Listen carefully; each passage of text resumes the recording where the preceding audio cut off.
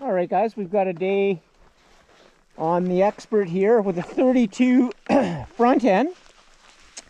And the first sort of thing we want to talk about is trail. So I just rode up the trail and it is hard to tell that this is a 32. Other than it feels super light and nimble, it does not bounce around how you would think, much like the 34 front end did not when we went to that from 36. So let's start it up here.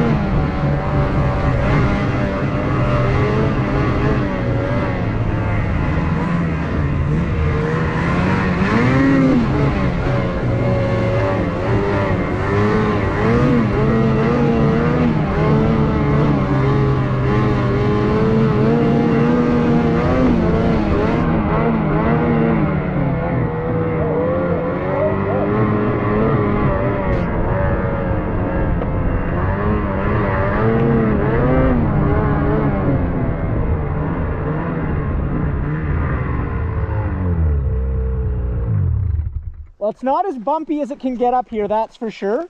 I would say these are moderate bumps, but boy, it does not feel tippy on the trail. And that is, I think, really important. People are worried about that. Now, the other thing we talk about is cooling, all right? So people are really worried about it. Using 2015 as an example with the T3 and the shorter cooler.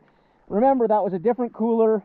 People weren't also used to using scratchers at that time. So they didn't use their scratchers till the machine got hot, then they put it down, and it really does not overcome that. So the full honest report is, if you're riding a G4 or a G5 currently, and you're not putting your scratchers down from the truck and using a snow flap for 15 to 20% of your riding when they've groomed it hard, then you're going to overheat.